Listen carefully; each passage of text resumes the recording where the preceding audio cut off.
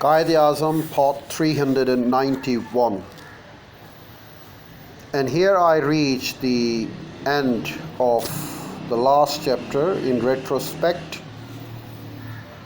or should I say I come at the end of the book. Well, the last chapter in retrospect was in fact an attempt to make an opinion on the part of the author, Jaswant Singh. I have certainly appreciated, admired the content a lot, and shared my difference all throughout the narration on this book. I have differed my opinion and I have shared my opinion. I have given my comments all throughout. And I've certainly developed an opinion on it, shared my opinion on it, expressed my thoughts on it. As far as the last chapter in retrospect is concerned, there was little need of reading it since it was on the part of the author, Jaswant Singh, trying to make an opinion which I certainly don't agree with. I certainly don't agree with the author, to his opinion. But anyhow, I have read it, and I have not just read all the chapters over here in this book, all the content here in this book, even some of the beginners, the forewords, even the titles of the front title, the back title. In sincerity, I have represented whole of the book, narrated whole of the book. And here I do the retrospect, the end, and I'll do it in two videos, in this video and in the other video. And what have I decided? I have decided to read even the appendices. I'll not spare anything, I'll read it all. I'll even read the appendices and whatever comes after it. Let's read the end. It is in chapter in retrospect and the end.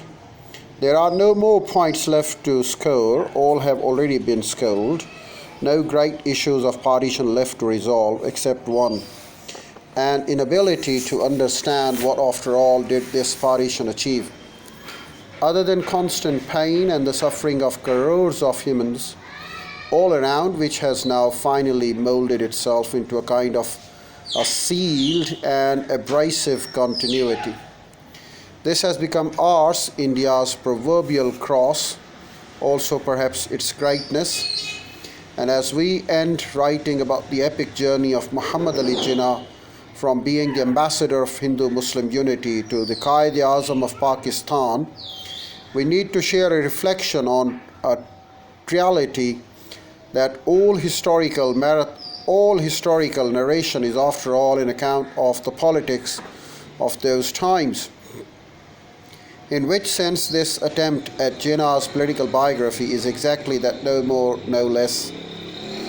That notwithstanding in the end any assessment of who gained what in this traumatic partition becomes an empty exercise. For though Jinnah died in the afterglow of having found a new country, Pakistan has remained a conceptual orphan, the result of a somewhat barren attainment. Barren because Pakistan itself, as both progenitor and as the firstborn of the idea, has demonstrated that this notion of Muslims being a separate nation does not work. It did so by breaking up on the issue of language, whereafter provincial identities and the many normal cores of routine, everyday existence like water or territory or boundary lines have asserted themselves.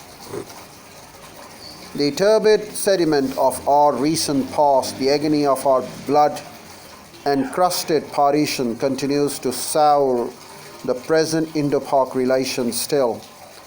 Our sensibilities are now so splenetic that even the routine is a source of spiteful disbelief.